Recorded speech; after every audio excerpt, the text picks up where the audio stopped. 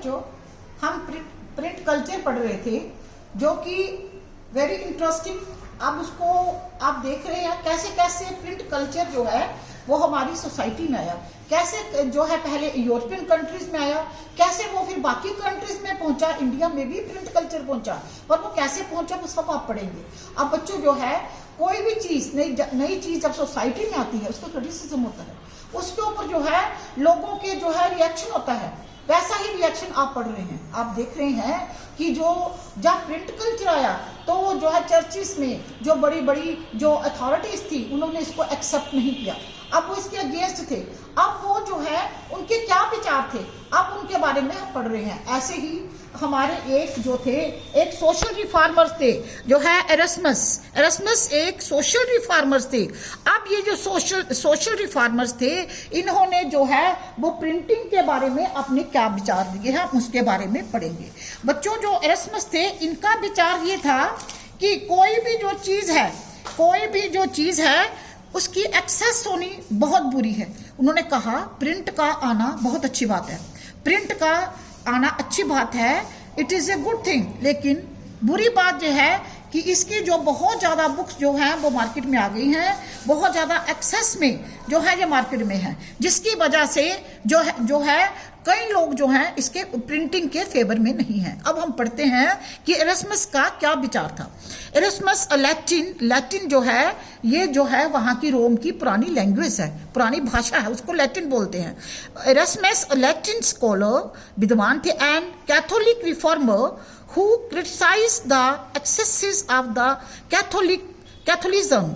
इसने जो है जो कैथोलिज्म की जो एक्सेसिस थी वो जरूरत से ज़्यादा जो है ये प्रिंटिंग को डिस्कस कर रहे थे और इसके बारे में रिवोल्ट कर रहे थे। उन्होंने कहा ये जो इतनी ज़्यादा बातें हो रही हैं ये कोई अच्छी बात नहीं है, उसने उसको क्रिटिसाइज किया और what kept his distance from the Luther. लेकिन उसने ये भी नहीं है कि इसने मार्टिन लूथर की बात को पसंद किया और उसके साथ हो गए, ऐसा भी नहीं था। उन्होंने मार्टिन लूथर से भी एक अपना डिस्टेंस बनाए रखा, वो टोटली फुली जो है मार्टिन लूथर के भी फेवर में नहीं थे।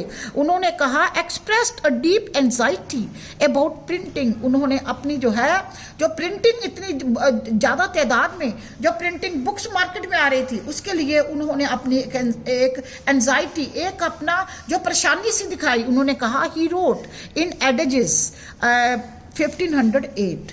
एडेजेस जो हैं एक जो थी कलेक्शन थी स्टेटमेंट्स की, जो भी कोई सोशल रिफॉर्मर या कोई भी जो है अपनी स्टेटमेंट्स देते थे वो एक जगह पर उनको कलेक्ट किया जाता था, जिस जो है मैगजीन में जहां उनको कलेक्ट किया जाता उसका नाम एडेजेस था। एडेजेस जो कि 1508 से ही जो है एरस्मस उसमें अपने एरस्मस के विचार 1508 से ही उसमें इनके विचार आ रहे थे। वहां ही उन्होंने अपनी एक स्टेटमेंट दी। क्या statement the? To what corner of the world do they not fly? ये ही is talking about the books। वो कहते हैं कि बुक्स जो है इस समय दुनिया के कौन सा हिस्सा है, कॉर्नर है जहां वो बुक्स फ्लाई नहीं कर रही हैं। These swarms हो गया ग्रुप, झुंड of the books। ये बुक्स का जो झुंड है ये जो है कहाँ नहीं, इतनी ज़्यादा तादाद में हर जगह बुक्स जो हैं पहुँच रही हैं। It may be that one here and there contribute something worth knowing. ये तो है कि जो भी इसमें कोई देता है अपने विचार जो कोई भी इधर उधर दे रहे हैं वो सारे वर्थ नोइंग, वो जानने के काबिल हैं, वो जो भी बुक्स में हैं वो तो जानने के काबिल है। What the very multitude of them is hurtful। लेकिन उन्होंने कहा जो मल्टीट्यूड जो इतनी ज़्यादा एक्सेस में ये बुक्स निकल रही हैं, जो उनकी इतनी ज़्यादा तादाद में बुक्स निकल रही हैं वो दूसरे को नुकसान पहुंचाती है, वो बुरी बात है। वो बुरी बात है कि हर एक चीज़ लिमिट में होनी चाहिए, लिमिट से ज़्यादा बुक्स निकल रही हैं, that is a bad thing. ये प्रिंटिंग में और बुक्स का आना that is not a bad thing to scholarship because it creates a glut. इन्होंने क्या किया है, एक ढेर सा लगा दिया है जो है यहाँ इन्होंने बुक्स ही बुक्स आती जा रही हैं, एक ढेर के ढेर लगते जा रही हैं। And even in good things satiety is most harmful. Satiety क्या है? किसी चीज का बहुत ज्यादा होना। उन्होंने कहा जो आपके ऊपर दिया भी हुआ है, satiety the state of being fulfilled much beyond the point of the satisfaction. किसी चीज की एक सेटिस्फेक्शन होती है, उससे जरूरत से ज्यादा किसी चीज का होना जिससे कि आप बहुत ज़्यादा चीज़ आपको परेशानी का कारण बने, उसको हम सेटाइटी बोलते हैं, सेटाइटी। उन्होंने बोला सेटाइटी इज मोस्ट हार्मफुल। उन्होंने बोला किसी चीज़ का होना नहीं है तो कोई इतनी नुकसान नहीं है, हम उसको लेते हैं, ठीक है, लेकिन हम जब जरूरत से ज़्यादा उसको लेते हैं वो जो है वो नुकसान देता है। That is harmful. जो है fill the world with books and not trifling things. उन्होंने बोला भरो दुनिया को किताबों से भर दो, नॉट जस्ट ट्रिफलिंग थिंग्स, छोटी छोटी चीज़ों से नहीं, कि जो आपके मन में आया, जो विचार आया, हर एक चीज़ को बुक में लिखते जाओ। जो है with the trifling things, what, stupid, ignorant, scandalous. आपने ले जो बुक्स आ रही हैं, कई स्टूपिड बुक्स आ रही हैं, इग्नोरेंट ऐसी बुक्स आ रही हैं जो ज्ञान से नहीं, अज्ञान से भरी हुई हैं। वो जो है स्टैंडरस हैं, वो जो है ये डिफेमिंग, वो बुक्स पढ़ने से इंसान का फेम नहीं आता, वो डिफेमिंग है। ऐसे ही स्कैंडलस भी डिफेमिंग और विद्रोह पैदा करने वाली हैं। रेविंग एंड इरिलीजियस, वो जो है इरेशनल, रेविंग हो गया इरेशनल है, एंड इरिलीजियस, और जो रिलीजियस से बाहर है। हमें किसी की रिलीजन के ऊपर भी कोई बात नहीं करनी चाहिए। They are irreligious and seditious हो गया देशद्रोही। ऐसी बुक्स हैं जिससे कि अपने धर्म के ऊपर एक विद्रोह पैदा होता है, अपने देश के लिए एक विद्रोह पैदा होता है। Books and the number of them is such that even the valuable publication lose their value।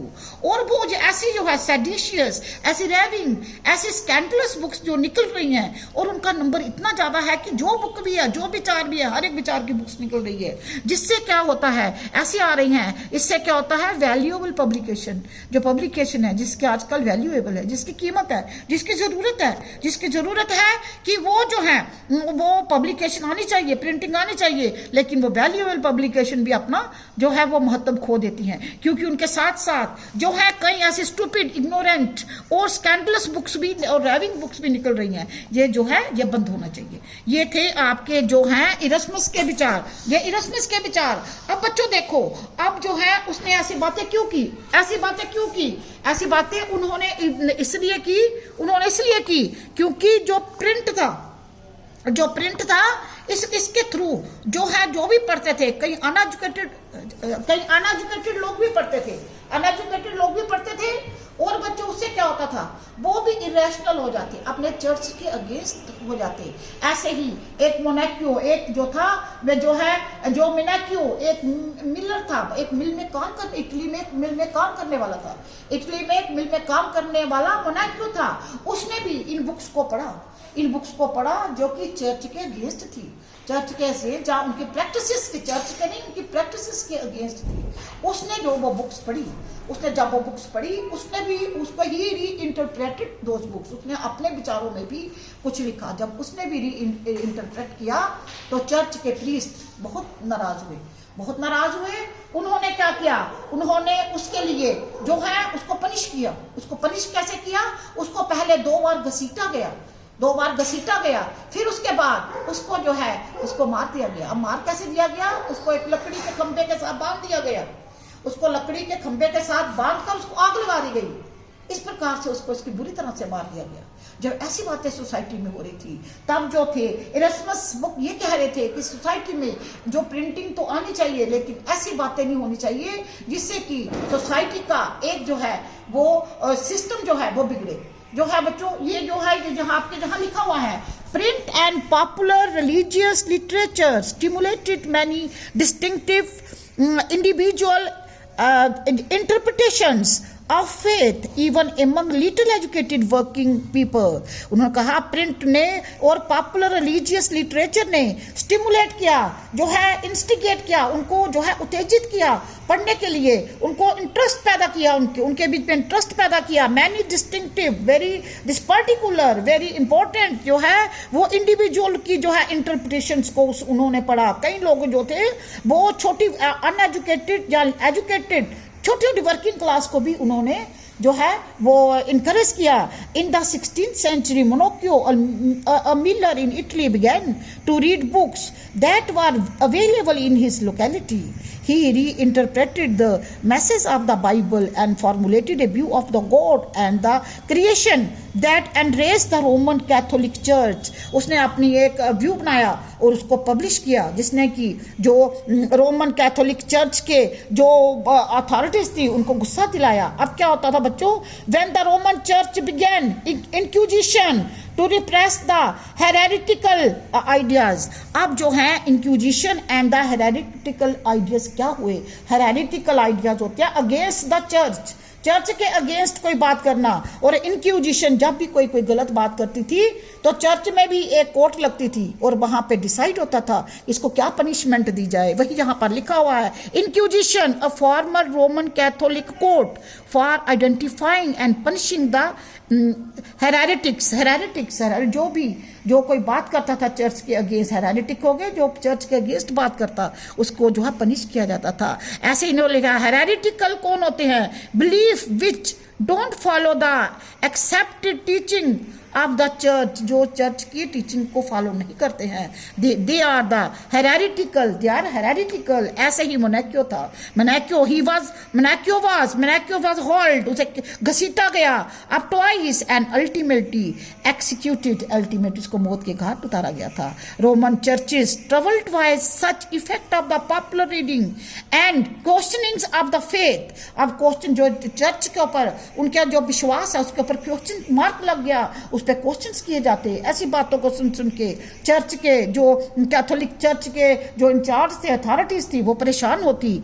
Imposed severe control over the publishers, अब उन्होंने पब्लिशर्स के ऊपर बड़ा कंट्रोल करना शुरू किया। And book sellers and began to maintain the index of the prohibited books from 1558। ये पूछ सकते हैं कब उन्होंने इंडेक्स प्रोहिबिटेड बुक्स का रखना अपने पास आरंभ किया। इंडेक्स हो गया कि जो है उन बुक्स के नाम वगैरह को इकट्ठा सूची बनाना, एक सूची बनाकर 1558 से उन्होंने अपने पास रख ली कि कौन कौन से बुक्स जो हैं जो कि उनके जो हैं अगेंस्ट बात करती हैं, कि वो उनकी नॉलेज में रहेगी। Thank you children.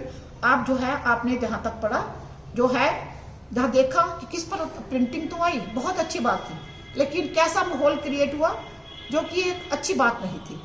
अब बच्चों ये बात नहीं थी कि प्रिंटिंग के आने से, ऐसी बातें होने से प्रिंटिंग जो है वो जो है लेस प्रिंटिंग स्टार्ट हो गई, ऐसी बात नहीं थी। प्रिंटिंग में अब भी जो है ज़्यादा से ज़्यादा बुक्स पढ़ी जाने लगी और जो है ये रीडिंग मैनिया लोगों में आ गया, लोगों की आदत होगी ज़्यादा से ज़्यादा डेली बुक्स पढ़ना, ज़्यादा से ज़्यादा बुक्स पढ़ना। और अब जो कि और ये बुक्स जो थी गली गलियों में भी बिकने लगी।